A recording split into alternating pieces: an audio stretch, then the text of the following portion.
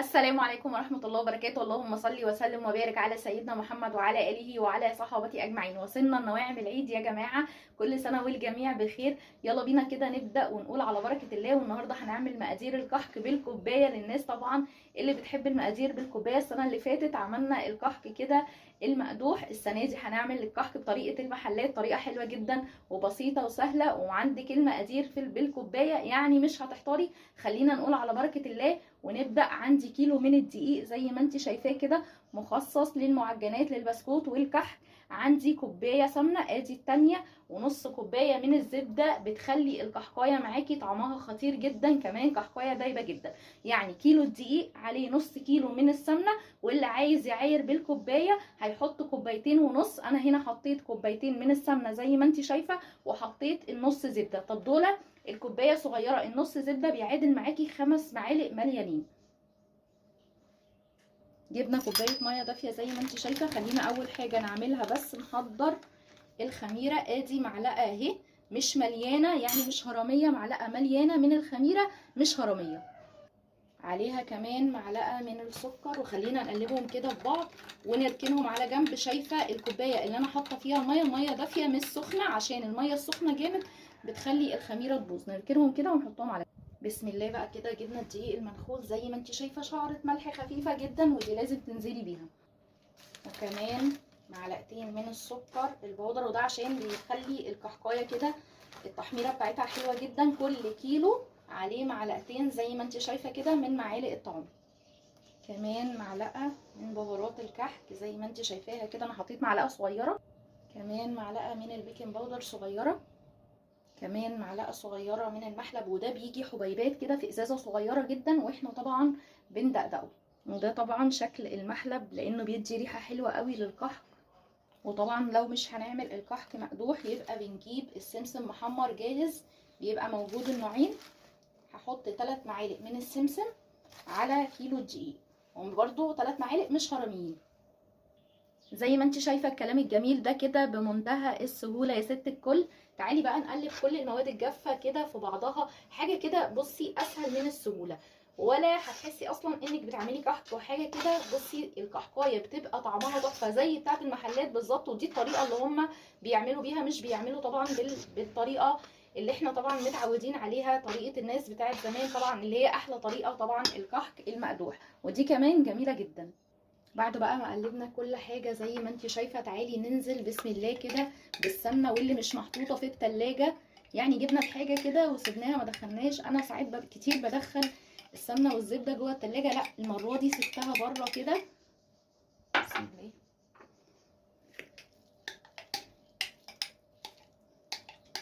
الزبده والسمنه مع بعض بيدوا للكحكايه طعم حلو جدا، لكن طبعا الزبده لو مش متوفره خلاص يبقى 2.5 من السمنه.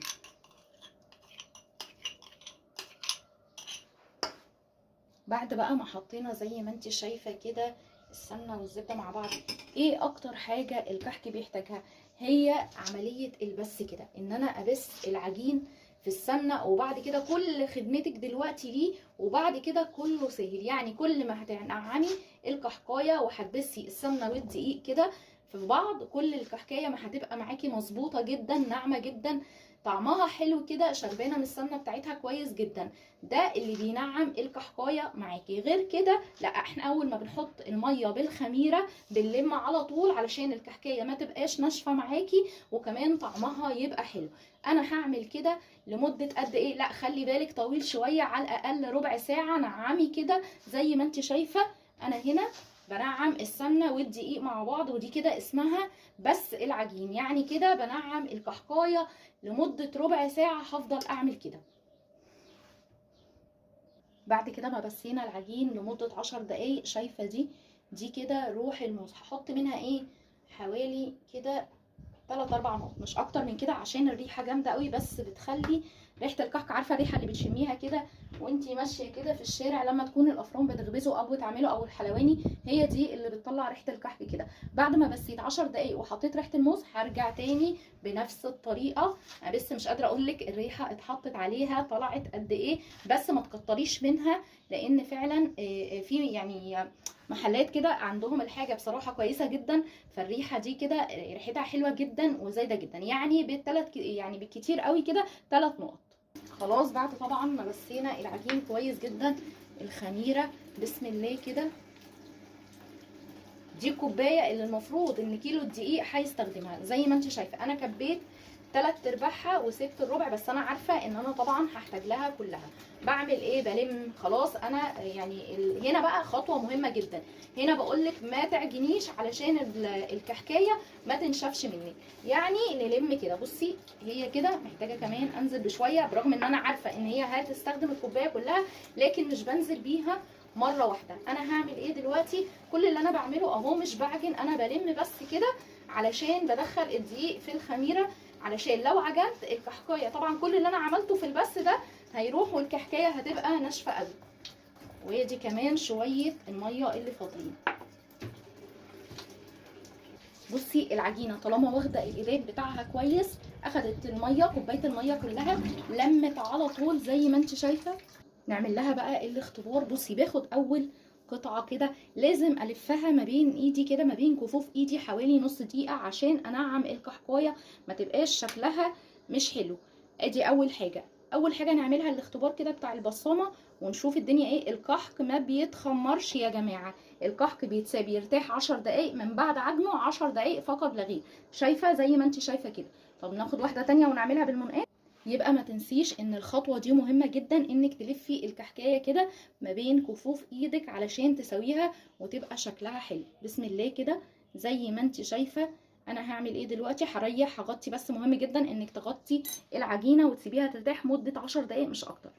خلاص طبعا انا هنا هعمل بالعجوه وهعمل ساده، وطبعا مش دي الكميه اللي احنا بنعملها، بس يعني كده حطيت عليها معلقه من السمنه. طبعا اللي بيحب الملبن يعمل يا جماعه، احنا هنا بنحب العجوه اكتر وبنحب الساده اكتر منه طبعا.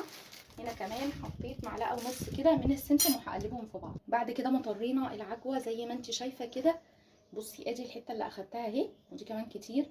بصي بقى كده بعملها زي الكره الصغيره كده اهي، ادي الشكل بتاعها زي ما انت شايفه كده. تاخدي بقى الكحكايه كده يبقى العجوه من جواها سمسم، تحسي بطعم الكحك مش الجاهز اللي بره.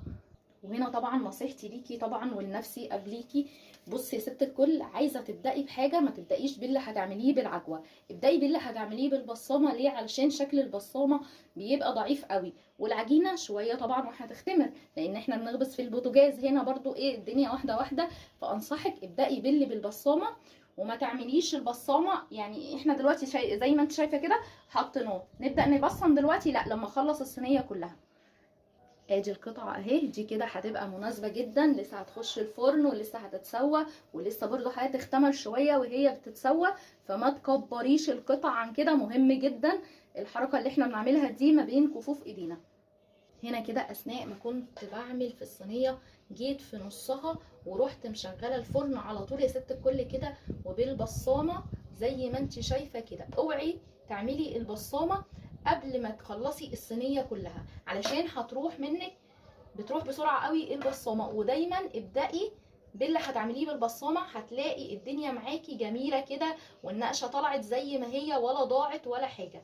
زي ما انت شايفه كده يا ست الكل بمنتهى السهوله. ولعنا الفرن، قربنا كده الشبكه من الصاجه، هياخد حوالي يعني بالظبط كده 14 دقيقه. لو احتاج انك تولعي له الشوايه والسكر اللي احنا حطيناه البودر ما قامش بالواجب في تحمير الكحكايه، ولعي له الشوايه لمده اقل من دقيقه وتكوني واقفه قدامه. اول ما تلاقي الكحكايه احمرت من الارضيه بتاعتها والجوانب، حتى لو ما احمرتش معاكي كويس من فوق ولقيتي الكحكايه شكلها كويس، طلعي من الفرن. احتاج تولعي له الشوايه يبقى هتولعي اقل من دقيقه مش اكتر من كده. يلا بينا ندخله على الفرن.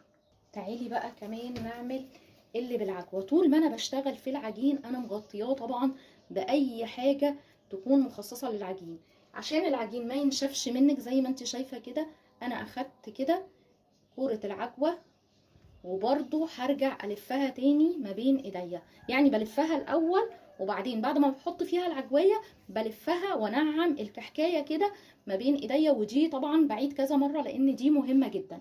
زي ما انت شايفة هنا، لا هنا هننقش على طول بسم الله كده زي ما انت شايفة.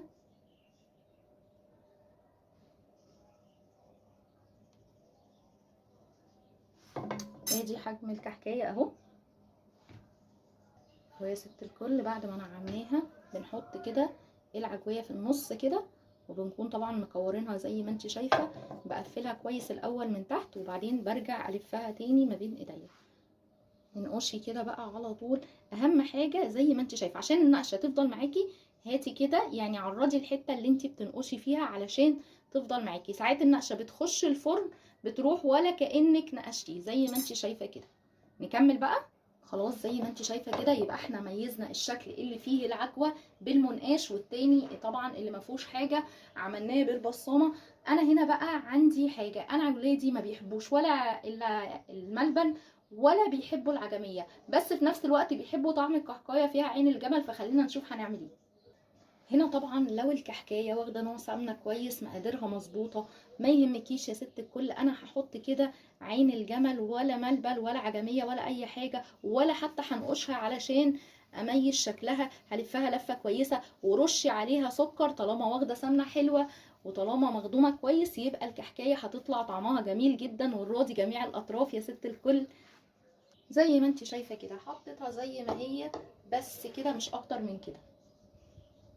زي ما انت شايفه كده عملنا كمان اللي بعين الجمل من غير اي حاجه.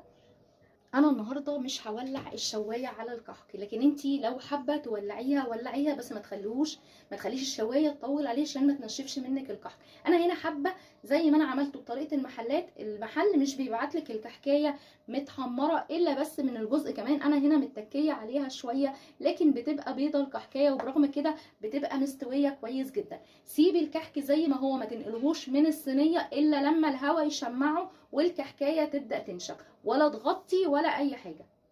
طبعا اللي بالعجوه زي ما انت شايفه كده ادي لون الكحكايه اهو كده. بالنسبه لي كده لازم الكحكايه تتحمر كويس من تحت علشان برضو، بس مش لدرجه ان احنا نلسعها يعني او نخلي اللون غامق قوي.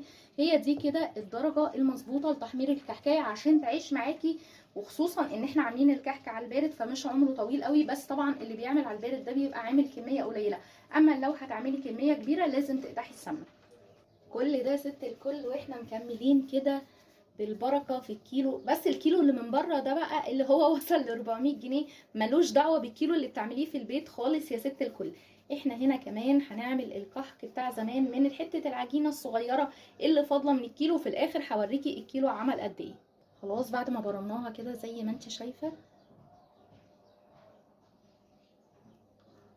بنيجي كده نقفلها وبالمنقاش. ده طبعا كحك زمان اللي طبعا الناس زمان الجميله كانت بتعمله.